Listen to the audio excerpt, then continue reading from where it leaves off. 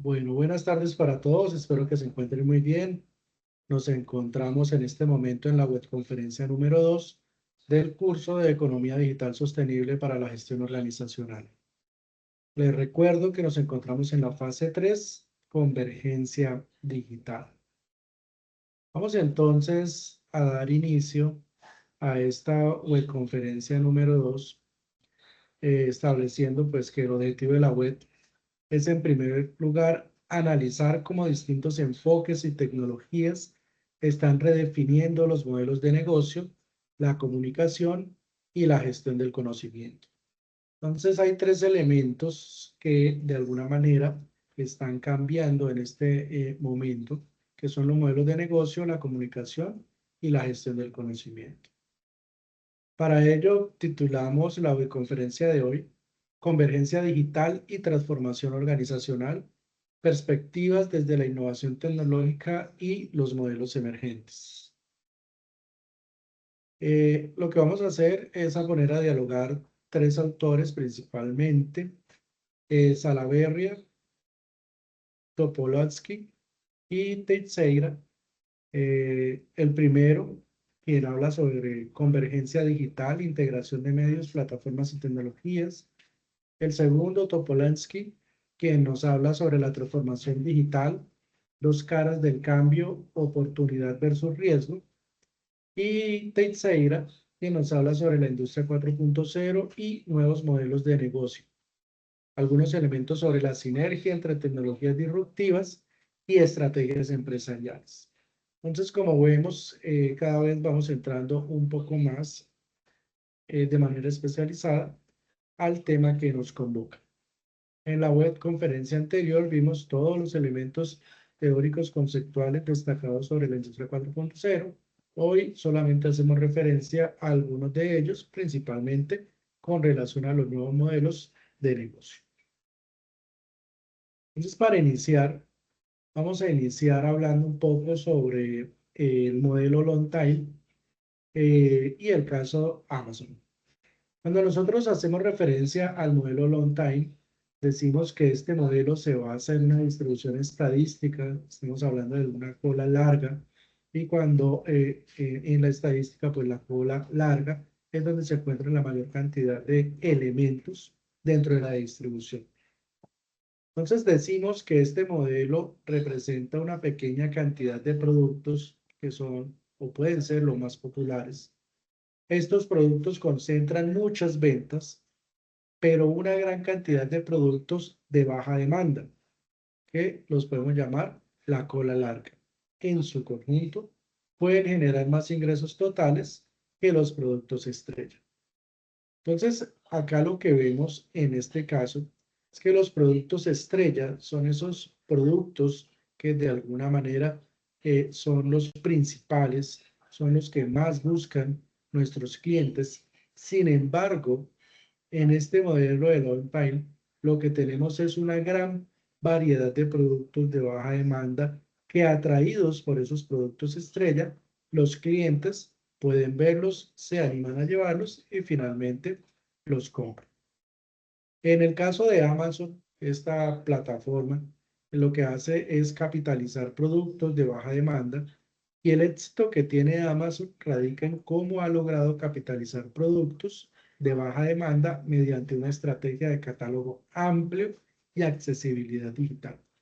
Entonces aquí Amazon une dos elementos fundamentales. El primero, un catálogo amplio.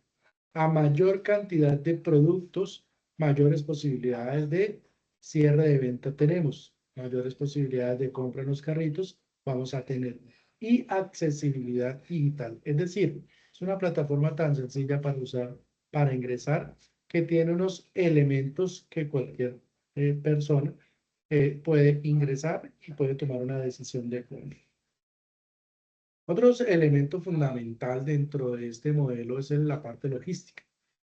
Se puede tener una gran variedad de catálogo, un catálogo muy amplio. Se puede tener una accesibilidad digital, pero si no le cumplimos al cliente en el momento de verdad, es decir, si la logística que usamos no cumple o no satisface las condiciones del cliente en cuanto a entrega, forma, lugar, tiempos, pues desde luego el modelo no sería exitoso. Vamos a revisar algunas implicaciones para la personalización y segmentación de los mercados a partir de este modelo. Entonces, cuando nosotros hacemos referencia a las implicaciones para la personalización y segmentación de mercados, vamos a revisar en primer lugar los elementos de personalización. Cuando hablamos de los elementos de personalización, nos damos cuenta que esta plataforma nos da unas recomendaciones inteligentes. Es decir, los algoritmos que están analizando el comportamiento individual lo hacen para sugerir productos de nicho que se ajustan a los intereses específicos, incluso si no son los más populares. Entonces, normalmente nos sucede que cuando realizamos una búsqueda, inmediatamente los algoritmos analizan las decisiones que estamos tomando y a partir de estas decisiones que estamos tomando, nos sugieren productos del nicho y que se ajustan a estos intereses o algunos productos similares que podríamos estar interesados en algún momento en comprarlos. Algo de la personalización y es que debe ser una experiencia única.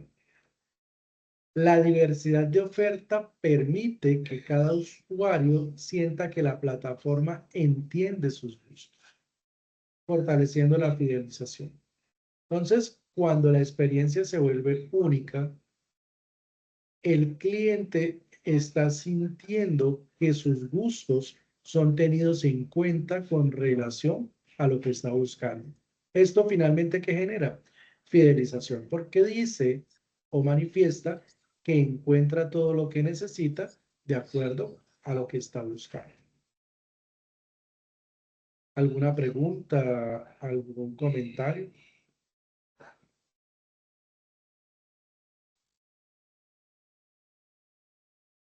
No, señor. Bueno, muchas gracias.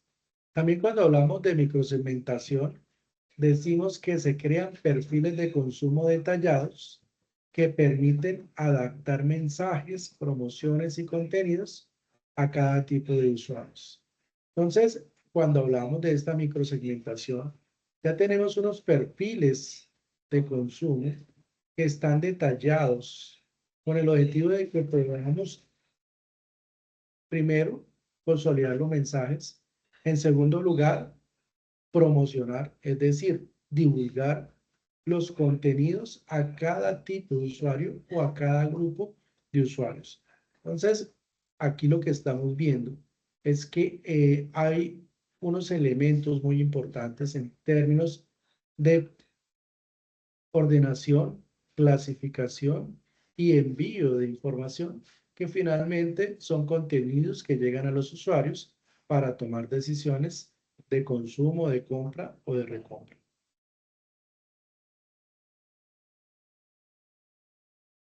Cuando los autores nos hablan un poco de la perspectiva tecnológica, hacemos referencia al concepto de capacidad dinámica de Bermúdez. Entonces, Bermúdez en el documento que ustedes tienen dentro de las referencias, nos muestra que la capacidad dinámica es la habilidad de una organización, en este caso, de los centros de investigación, que es el ejemplo que pone Bermúdez, para adaptarse, transformar y evolucionar en entornos cambiantes mediante el uso estratégico de sus recursos y conocimientos. Ojo que acá hay unos elementos que se traen desde la biología en donde hablamos de habilidades de una organización para adaptarse. Es decir, hay un proceso de adaptación a las condiciones que se presentan. Entonces, cuando hablamos que una organización tiene una capacidad dinámica, es porque primero tiene la habilidad de adaptarse.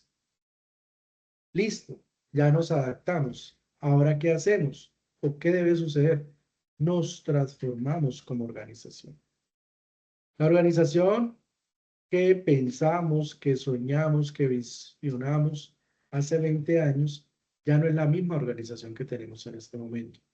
Y si sigue siendo las mismas, con la misma estructura, con las mismas condiciones, con los mismos lineamientos, simplemente no nos estamos adaptando a las condiciones y mucho menos nos estamos transformando a lo que necesita el mercado con relación a lo que nosotros estamos presentando. Adicionalmente, debe haber una evolución permanente. ¿Por qué? Estamos en entornos cambiantes. Y estos entornos cambiantes nos exigen estos tres elementos. Primero, pues desde luego, conocer el contexto para adaptarnos. Si no conocemos el contexto, no nos podemos adaptar. En segundo lugar, tomar decisiones a partir de ese contexto para transformarnos como organización y que esta dinámica sea permanente para poder hablar de que nuestra organización evoluciona a través del tiempo. También es importante decir, o más bien, en el ejemplo que nos pone Bermúdez, Bermúdez lo aplica en centros de investigación para anticipar cambios y adaptarse. Entonces, el ejercicio de prospectiva tecnológica nos está generando una necesidad, o más bien un condicionamiento a las organizaciones con relación a anticiparnos a los cambios y adaptarnos a los mismos. Entonces, esta habilidad de la organización, esta capacidad dinámica que plantea Bermúdez, permite que estas instituciones no solo respondan a los cambios tecnológicos, sino que los anticipen y los integren estratégicamente en sus procesos. Es decir, no es solamente responder a las nuevas condiciones del contexto, sino hacer un ejercicio de análisis y prospectivo hacia cuáles van a ser las nuevas, las próximas, las futuras condiciones del contexto, de tal forma que las instituciones se anticipen a estas nuevas condiciones del contexto y las integren estratégicamente en sus procesos, es decir, evolucionemos. Si no se hace este ejercicio prospectivo, difícilmente las instituciones o las organizaciones permanecen a través del tiempo. Entonces, un ejemplo de uso estratégico en planificación institucional radica en anticipar tendencias emergentes en ciencia y tecnología para orientar la toma de decisiones estratégicas en formación, inversión y alianzas.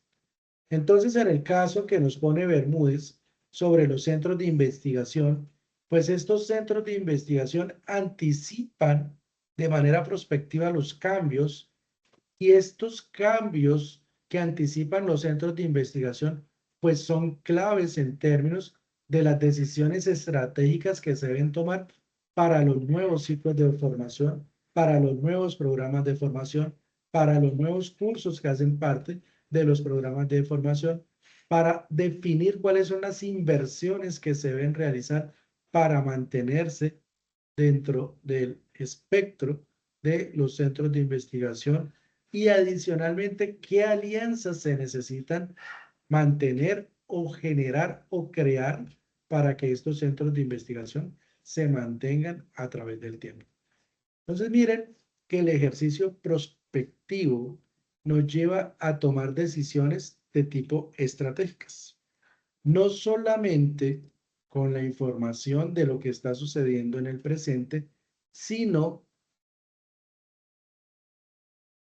visionando diferentes escenarios posibles en los cuales deben existir algunas acciones que nos van a permitir cumplir las estrategias. ¿Alguna pregunta hasta acá? ¿Algún comentario?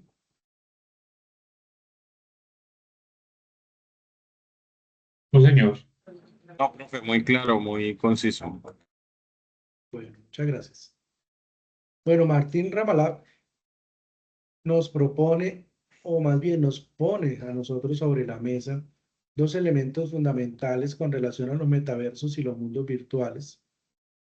Y Martín Rabalá nos está diciendo que estas alternativas para la transferencia del conocimiento, es decir, los metaversos y los mundos virtuales, nos representan una alternativa emergente, disruptiva para la transferencia del conocimiento y especialmente en contextos académicos, creativos y colaborativos. Entonces, cuando estamos hablando de los metaversos y de los mundos virtuales, estamos haciendo referencia a espacios no físicos. Estamos haciendo referencia a espacios virtuales, ¿sí?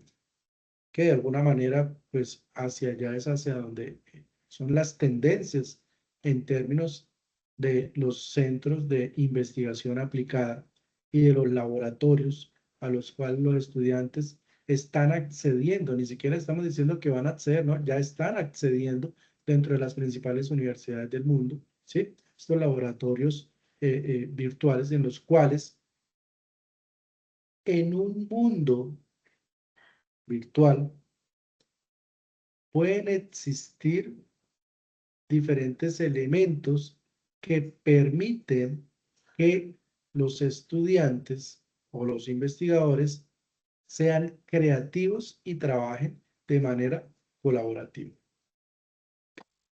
El caso o el ejemplo más bien que nos pone el autor es el caso 2020. Hace referencia a espacios inmersivos para eventos académicos. En este caso, se ilustra cómo estas plataformas pueden superar las limitaciones de lo físico y ofrecer experiencias inmersivas que favorecen el aprendizaje y la interacción. Entonces, cuando en la universidad estamos hablando de la universidad híbrida, ¿qué estamos diciendo? Estamos diciendo que las limitaciones del espacio físico nos está generando una posibilidad para ofrecer experiencias inmersivas que favorezcan el aprendizaje y la interacción desde plataformas en metaversos y mundos virtuales, en donde el espacio físico, la ubicación geográfica en la cual estamos, no nos va a limitar para poder hacer ejercicios creativos y colaborativos con personas que estén en cualquier parte del mundo, en cualquier lugar. Siempre que tengamos una conexión y siempre que tengamos la posibilidad de ingresar a estos posibles escenarios o mundos virtuales. Y aquí se viene una comparación entre el mundo físico y el mundo virtual. Diríamos, ¿cuáles son esas ventajas y cuáles son esos desafíos entre el mundo físico y el mundo virtual? Desde luego, y es claro que muchos de las personas que aún generan una barrera en términos de lo que está sucediendo, van siempre a colocar sobre la mesa todas las ventajas del espacio físico y van a colocar todos los desafíos hacia el espacio virtual. Pero miremos cómo Martín Rabalá nos presenta ese análisis. Entonces, cuando el autor nos hace una comparación entre el mundo físico y virtual y nos presenta unas ventajas y unos desafíos a partir de estos metaversos y mundos virtuales, coloca unas dimensiones de estudio. Entonces, la primera dimensión es la accesibilidad. La segunda dimensión es la interacción.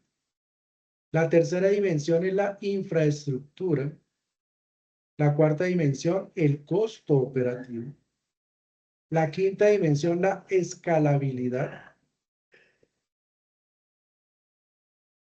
La siguiente dimensión, la experiencia sensorial. La inclusión, seguridad, autenticidad e innovación.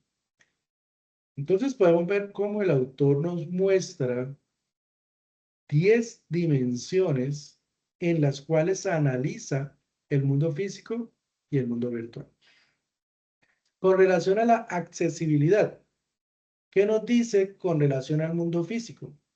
Nos dice que la accesibilidad es limitada por ubicación, tiempo y recursos, en tanto que el mundo virtual es global, inmediato y flexible.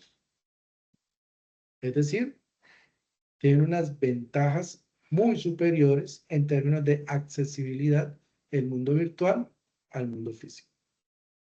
La interacción en el mundo físico. La interacción es presencial, directa, con lenguaje corporal. En el mundo virtual, la interacción es mediada por interfaces, avatares y datos. Sí hay una interacción, pero hay una interacción mediada.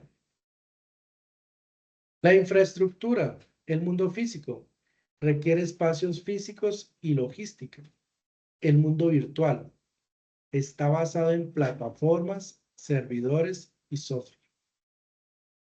Hablamos en términos de tamaños para poder ubicar los servidores para que pueda existir estos metaversos, estos mundos virtuales, pues desde luego en términos de infraestructura van a ser menores que los espacios físicos y logísticos que se van a necesitar en el mundo físico. Costos operativos. En el mundo físico, los costos operativos son altos por temas de transporte, instalaciones, materiales. En tanto que en el mundo virtual, los costos son variables y con economías de escala. Estos costos operativos, cuando hablamos de variables, cuando hablamos de costo variable, siempre hacemos referencia a que depende de la producción. Y cuando hablamos de costos variables, economías de escala, quiere decir que los costos fijos que tenemos en la medida que vayamos a nuestro máximo nivel de producción, el costo fijo medio para sostener los costos fijos totales cada vez va a ser menor. Entonces, en economías de escala, lo más importante es llegar al nivel más alto en términos, en este caso del mundo virtual, de accesibilidad. Entre más personas accedan, tenemos una economía de escala mucho mayor. Entre más personas accedan a nuestra plataforma, pues desde luego el aporte para sostener los costos fijos que hace cada cliente con relación a los costos fijos totales va a ser menor. Por lo tanto, las utilidades que se van a generar cada vez van a ser mayores. No sé si quedó claro. ¿Vamos bien hasta acá? Accesibilidad, interacción, infraestructura y costo operativo.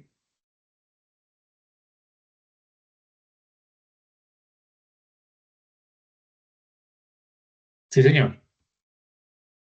Bueno, muchas gracias. Escalabilidad. En el mundo físico, la escalabilidad es limitada por la capacidad física, en tanto que en el mundo virtual es altamente escalable y altamente replicable. Un modelo de gestión de información para una cadena productiva lo podemos replicar n veces para diferentes cadenas productivas. En tanto que un laboratorio para analizar las condiciones de calidad en términos de producción, pues no es tan fácil de replicar debido a estos costos por la capacidad física.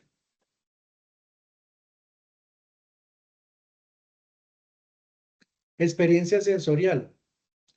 Desde luego, ahí el mundo físico tiene todas las ventajas porque la experiencia sensorial es completa y todos los sentidos van a estar dispuestos para hacer esa experiencia.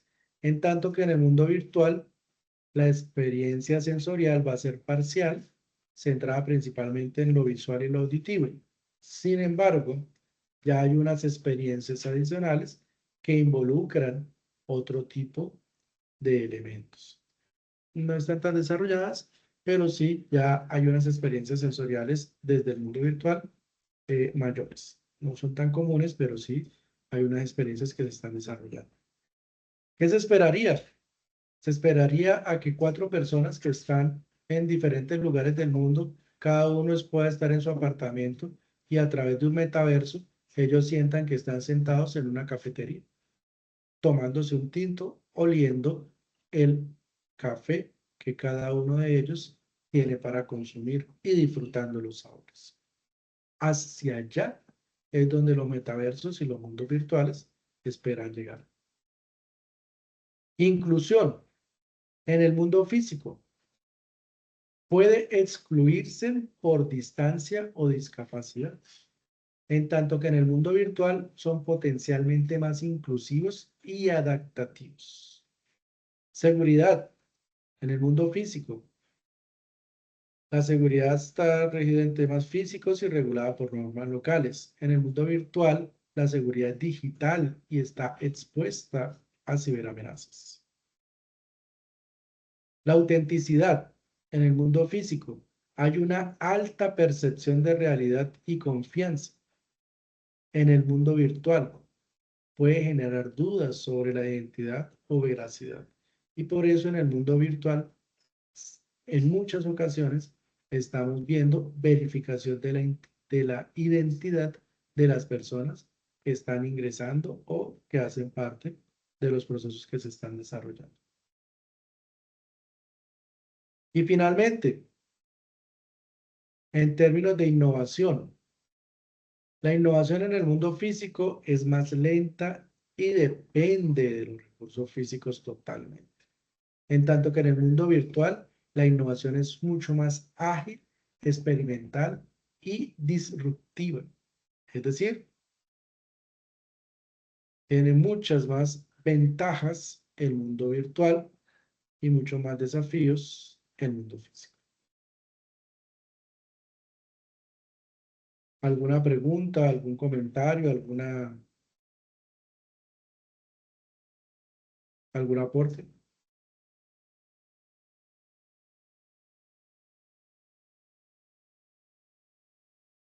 Ninguno. Bueno, continuamos. Continuando con los autores que tenemos, pues para hacer este ejercicio, tenemos a Ríos y Hernández, quienes nos hacen un análisis y la definición de tecnologías involucradas, específicamente en agricultura de precisión. Y la experiencia de Ríos y Hernández nos dice que la agricultura de precisión se define como un enfoque tecnológico que busca optimizar los procesos agrícolas mediante el uso de herramientas digitales, sensores y sistemas automatizados que permiten tomar decisiones basadas en datos específicos del terreno, cultivo y condiciones ambientales. Entonces miren cómo Ríos y Hernández, a partir de un caso específico de agricultura de precisión, nos hablan de herramientas digitales, sensores y sistemas automatizados. Miren estos 3 elementos que de alguna manera se combinan. ¿Para qué? Para recolectar datos que transformamos en información de elementos específicos del terreno, de los cultivos y de las condiciones ambientales. Entonces, las condiciones ambientales, los datos del cultivo y los datos específicos de los terrenos, los podemos captar, los podemos tener de manera instantánea a partir de drones, sistemas automatizados o con sensores que de alguna manera nos dan una mayor facilidad al acceso de esa información. Pérez y Ortega nos definen unas variables que influyen en Colombia. Y aquí tenemos 4 variables clave y las implicaciones prácticas de esas variables. Entonces, Pérez y Ortega nos dicen que la tecnología la formación, las políticas públicas y los datos agrícolas son las variables clave que influyen en Colombia con relación a la agricultura de precisión. Ahora, ¿cuáles son las implicaciones prácticas de cada una de ellas? Con relación a la tecnología, los autores nos dicen que requiere inversión y adaptación local. Es decir, necesitamos el capital y necesitamos adaptarnos a las condiciones tecnológicas. Con relación a la formación, hay una gran demanda de programas técnicos y comunitarios. Con relación a las políticas públicas, Pérez y Ortega nos dicen que existe una necesidad de marcos normativos y de financiamiento de políticas públicas con relación a la agricultura de precisión. Desde luego, son temas que se han venido desarrollando hace pocos años. Entonces, los intereses en términos de desarrollo de políticas públicas, pues hasta ahora no son lo más rápidos con relación al desarrollo de las tecnologías. Por eso, Pérez y Ortega lo muestran como una necesidad en términos del marco normativo y de financiamiento. Y los datos agrícolas exige infraestructura digital y capacitación. Entonces miren cómo estas variables claves influyen en Colombia y Pérez y Ortega nos dicen que deben tenerse en cuenta de manera fundamental y prioritaria si queremos hablar de agricultura de precisión en nuestro país.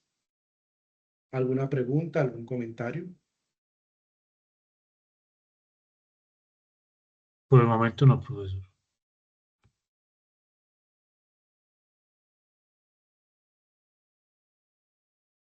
Vamos ahora con dos elementos fundamentales sobre la agricultura de precisión.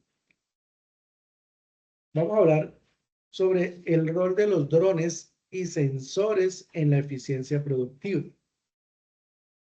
Primero vamos a hablar de los drones y luego vamos a hablar de los sensores.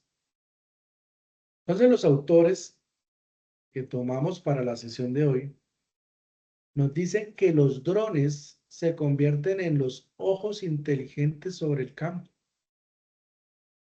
Entonces, los helicópteros que utilizábamos, las avionetas que utilizábamos, en este momento se transforman en drones. Y el monitoreo aéreo, el mapeo de parcelas y la aplicación localizada cada vez tienen unos costos menores. Cuando hablamos de un monitoreo aéreo, estamos diciendo que se capturan imágenes multiespectrales para detectar estrés hídrico, es decir, cantidad de agua, plagas o enfermedades antes de que sean visibles. Antes de que sean visibles, ¿por quiénes? Pues por las personas o por los trabajadores que están en los cultivos. Entonces, hacer un recorrido aéreo en un helicóptero, pues los costos son muy elevados. En avionetas, mucho más. Pero hacerlo con drones nos lleva menos tiempo y menos costos. Y podemos tener más imágenes y podemos detectar estas condiciones hídricas, plagas y enfermedades antes de que sean visibles por los trabajadores. Mapeo de parcelas. Podemos decir que se generan ortofotos y modelos en 3D del terreno para planificar siembras y riegos. Adicionalmente, los drones nos permiten hacer una aplicación localizada y algunos drones permiten aplicar fertilizantes o pesticidas en zonas específicas, reduciendo el uso excesivo. Cuando estamos aplicando con avionetas, desde luego los fertilizantes van de manera masiva. Pero al tener un dron, tenemos la posibilidad de aplicar un fertilizante o un pesticida específicamente a un área donde nosotros queremos o necesitemos mejorar el cultivo que tenemos. Impactos en la eficiencia. Hay una reducción de pérdidas por plagas o enfermedades no detectadas. Hay una optimización del uso de insumos agrícolas, de aquí estamos hablando de fertilizantes y pesticidas. Y existe una mejora en la planificación y la toma de decisiones. ¿Por qué razón? Pues porque tenemos mayores datos que la convertimos en información para tomar decisiones estratégicas. Ahora cuando hacemos referencia, o más bien cuando los autores hacen referencia a los sensores, dicen que estos sensores nos transmiten datos en tiempo real desde el suelo. Tenemos sensores de humedad y de temperatura, nos ayudan a decir cuándo y cuándo regar, dependiendo del porcentaje de humedad en el cual se encuentre y dependiendo de la temperatura en la cual estén los cultivos. Los sensores de nutrientes detectan deficiencias en el suelo para ajustar la fertilización. Ya sabemos entonces qué componentes químicos deben aumentarse en los nutrientes de los suelos, pues para que estos cada vez sean mejores. Sensores climáticos que nos anticipan posibles heladas, lluvias o sequías en caso de que se presenten. ¿Cuál es el impacto del uso de los sensores? Entonces hay un ahorro de agua y de fertilizantes. Existe una mejora en la calidad del cultivo y una reducción de costos operativos por decisiones basadas en datos. Es decir, al tener información de calidad, es decir, con mucha confianza y accesibilidad, las decisiones que se van a tomar, pues tenderían a ser las mejores. ¿Alguna pregunta, algún aporte?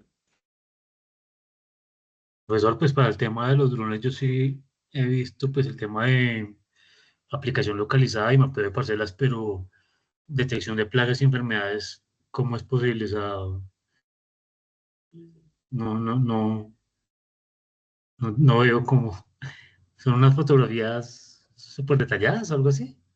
Sí, claro. Entonces ahí no es esperar a que el trabajador haga el recorrido por toda la finca, sino que el recorrido lo va haciendo el dron y ahí es donde se van capturando imágenes y desde luego esas imágenes tienen unas definiciones muy altas que van a permitir tener algunos indicios de lo que está sucediendo, pero desde luego y es claro que siempre se debe dirigir el experto hasta el lugar, pues para poder observar, analizar y poder concluir que lo que aparece en la imagen si era lo que se estaba pensando o no era lo que se estaba pensando.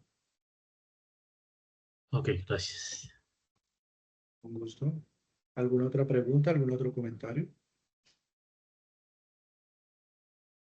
Profe, pues sí es muy relevante esta nueva tecnología y el tema de drones, pues es en la actualidad algo ya que está utilizando muchas compañías y se ve un avance tecnológico impresionante, inclusive hasta para la misma área de fotografía. Hay drones que ya están llegando casi muy cerca de la atmósfera, entonces es genial. Sí, en este momento los límites están solamente en la imaginación de las personas. Y lo que soñemos, lo podemos lograr, indudablemente. Y lo que necesitemos, lo podemos resolver. Bueno, sin embargo, los autores también nos dicen que pueden existir unas brechas digitales, o más bien, hay unas brechas digitales y dentro de esas brechas digitales está la brecha digital de género. Entonces, hay cuatro aspectos en los cuales hacen énfasis de los autores con relación a las brechas digitales. El primero, los riesgos que se han identificado. El segundo, las implicaciones sociales. En tercer lugar, las implicaciones educativas. Y en cuarto lugar, las propuestas de políticas. Entonces, con relación a los riesgos identificados, los autores nos dicen que hay un acceso desigual a dispositivos y conectividad. Entonces, es decir, tenemos una desigualdad en términos de acceso a la tecnología y a la conectividad para poder tomar decisiones de manera informada para que sean estratégicas. También nos dicen que hay un uso estereotipado de la tecnología. Es decir, solamente un grupo es el que está formado, capacitado y que tiene la habilidad para hacer este uso de la tecnología. Y hay una mayor exposición a acoso digital, es decir, que la información que estamos recolectando en cualquier momento, pues otros también quieran tenerla. Implicaciones sociales, reproducción de roles de género tradicionales.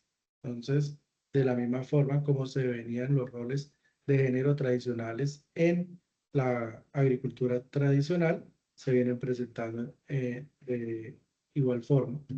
Exclusión de espacios tecnológicos. Entonces, también quienes están principalmente aprovechando estos espacios tecnológicos es un género y no todos los géneros. Y vulnerabilidad emocional y social. Implicaciones educativas. Existen unas brechas en competencias digitales críticas. Cuando decimos críticas es que son alarmantes, porque el acceso a las competencias digitales, o más bien, el acceso a las oportunidades para el desarrollo de las competencias digitales no son iguales para todas las personas. Hay una menor participación en diferentes áreas, pues estas áreas STEAM son áreas pues alejadas de los centros urbanos y existen unas dificultades en desarrollo de autonomía.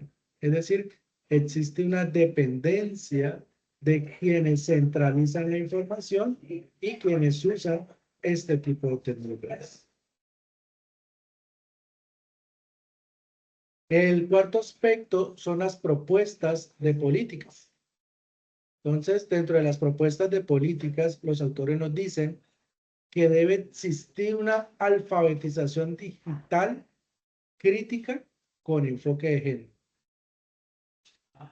Que debe existir una formación docente en equidad tecnológica. Y que debe crearse espacios seguros e inclusivos y que la articulación debe ser intersectorial para la inclusión digital.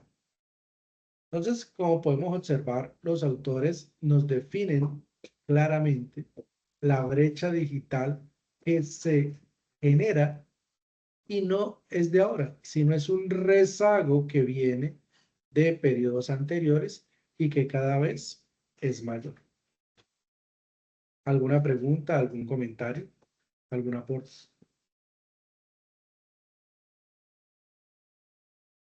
Por mi parte, no, Sí, señor. señor. Muchas gracias. Continuamos. Los autores también nos hablan de una comunicación en términos de la política digital. Y nos clasifican en 4 variables.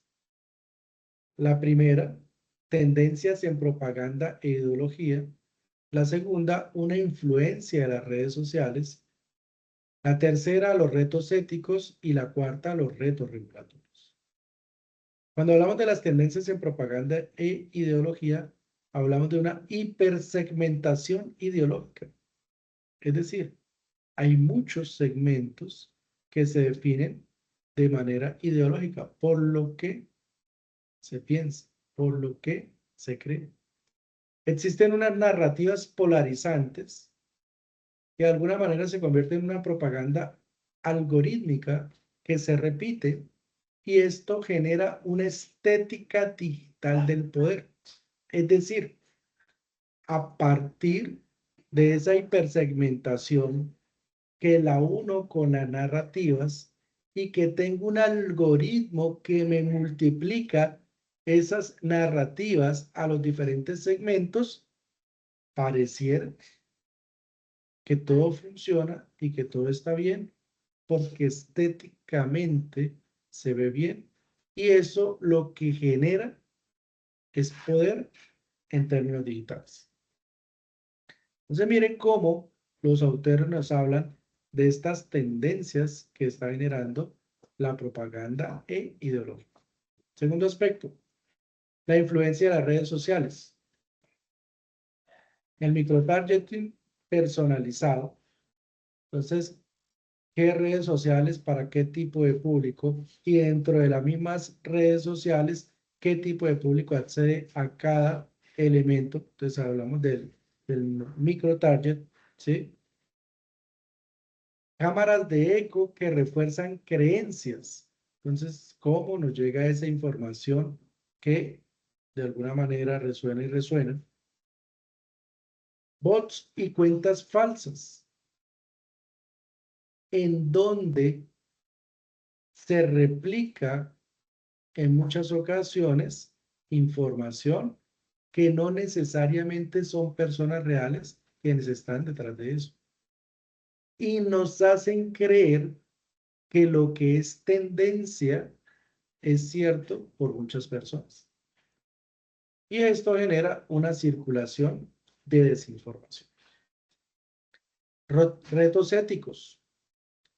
Ojo, porque desde los estudios se ve que existe una manipulación emocional. Claro, si ya conocemos el perfil, podemos utilizar ese conocimiento del perfil para hacer circular información que refuerce las creencias de ese perfil y podemos generar una manipulación emocional identificándose con XY información que nosotros estemos enviando. Invisibilización de voces disidentes. Entonces, quien tiende a contradecir algo que se está comunicando digitalmente, estos bots y cuentas falsas de alguna manera terminan aplastándolo y casi que esa voz queda excluida. Y hay una normalización de discursos de odio, en donde siempre estamos buscando el contrario en términos de la competencia y del enemigo al cual hay que vencer y no con el cual nos unimos para trabajar de manera colaborativa a partir de un juego repetitivo que nos permita que cada vez ganemos más. O con estos retos éticos que nos plantean los autores. Retos regulatorios. Ausencia de legislación específica, un uso opaco de datos personales y una falta de transparencia desde los algoritmos. ¿Alguna pregunta, algún comentario?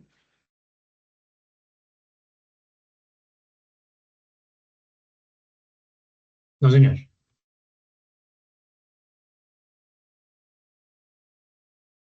Bueno, los autores finalmente nos hablan de una confluencia tecnológica y dentro de las ventajas de esta confluencia tecnológica están la eficiencia, la personalización y la escalabilidad. Cada vez somos más eficientes, cada vez hacemos las cosas de manera mucho más personalizada y cada vez la escala es mayor. Sin embargo, también hay unas dependencias, unas desventajas de esa confluencia tecnológica. Una de ellas es la misma dependencia tecnológica. Entonces, casi hasta para tomar ciertas decisiones, o muchas, si no todas de las decisiones que estamos tomando, estamos dependiendo de la tecnología. Otra desventaja son las brechas de acceso. No todos acceden a las mismas oportunidades en términos del desarrollo de sus habilidades y sus capacidades de uso de las tecnologías.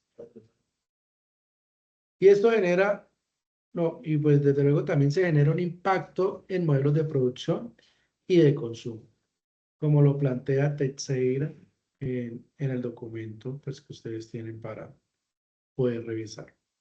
Siempre existe un impacto en términos de los modelos de producción.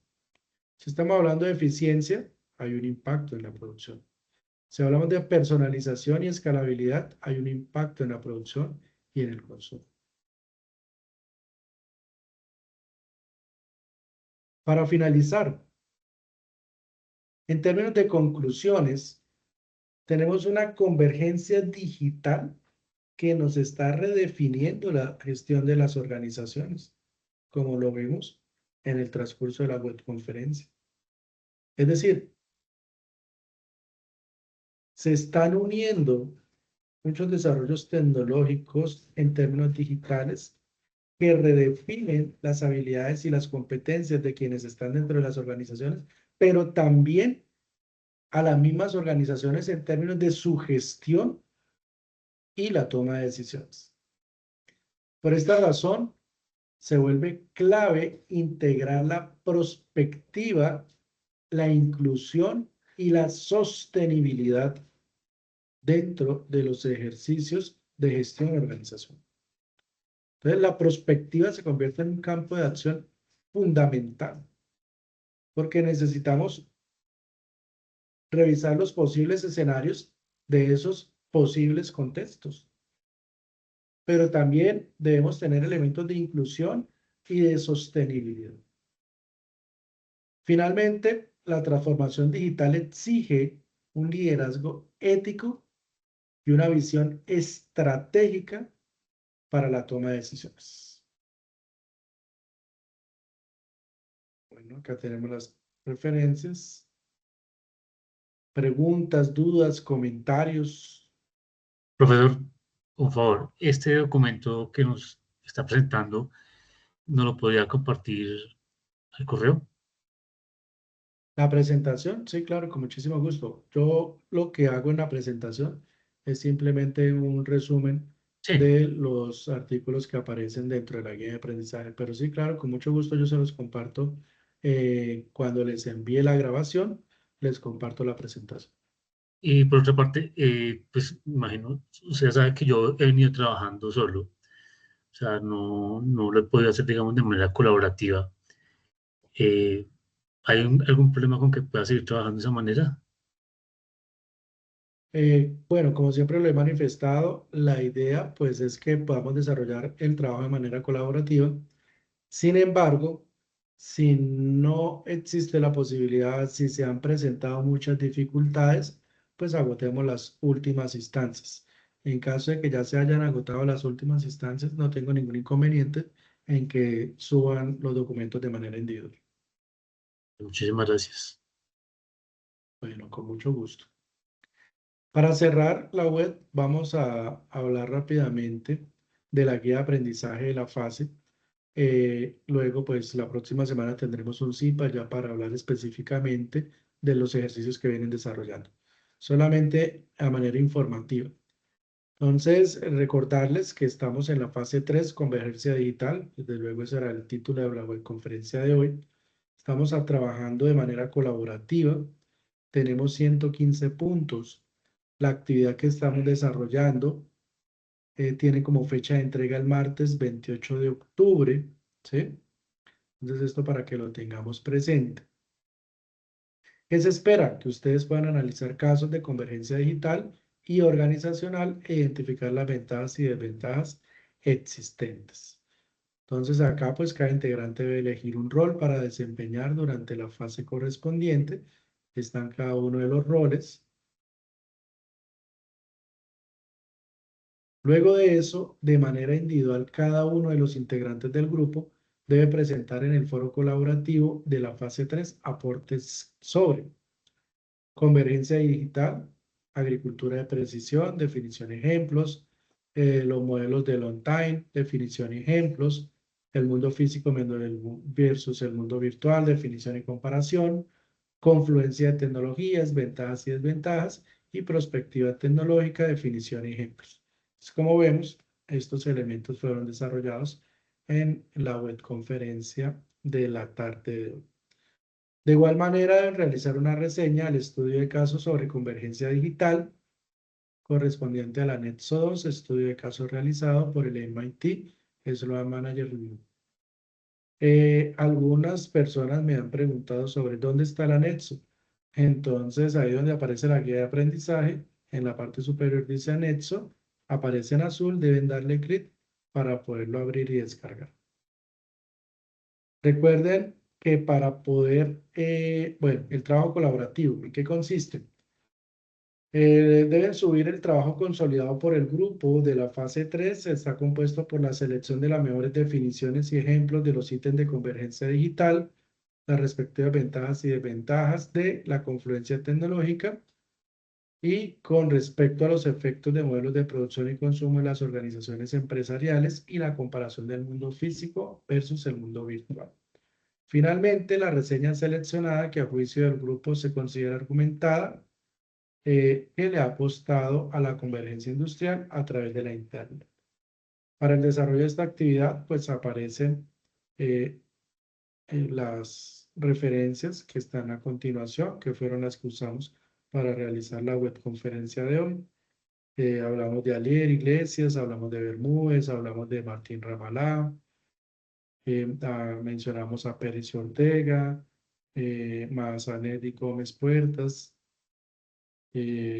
a Pineda, a Ríos y Hernández, a La Sabalría y a Teixeira. Y Topalinsky también lo nombramos en la conferencia de hoy. Entonces deben hacer la lectura de los 10 recursos educativos de manera comprensiva. De forma individual, cada uno de los integrantes del grupo debe presentar en el foro colaborativo de la fase 3 aportes sobre los ítems de convergencia digital.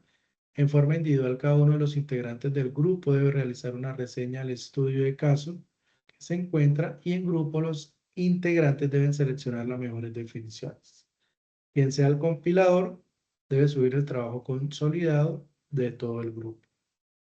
Dentro de las indicaciones, entonces debemos tener en cuenta los aportes individuales al foro, la reseña al estudio de caso, y las evidencias pues deben entregar un documento en formato de Word que tenga portada, introducción, objetivos, las definiciones seleccionadas, las ventajas y desventajas, la comparación del mundo físico versus el mundo virtual, la reseña seleccionada, las conclusiones y recomendaciones, citas y fuentes bibliográficas. Miren que el documento debe tener todos estos elementos. Y pues ya para la entrega se debe realizar en normas APA. Esperamos que no hayan niveles de similitud tan altos para que no tengamos inconvenientes con relación a la entrega y la evaluación de esta actividad de la fase 3, convergencia digital. ¿Alguna pregunta, alguna duda, alguna inquietud? Sí. No, señor.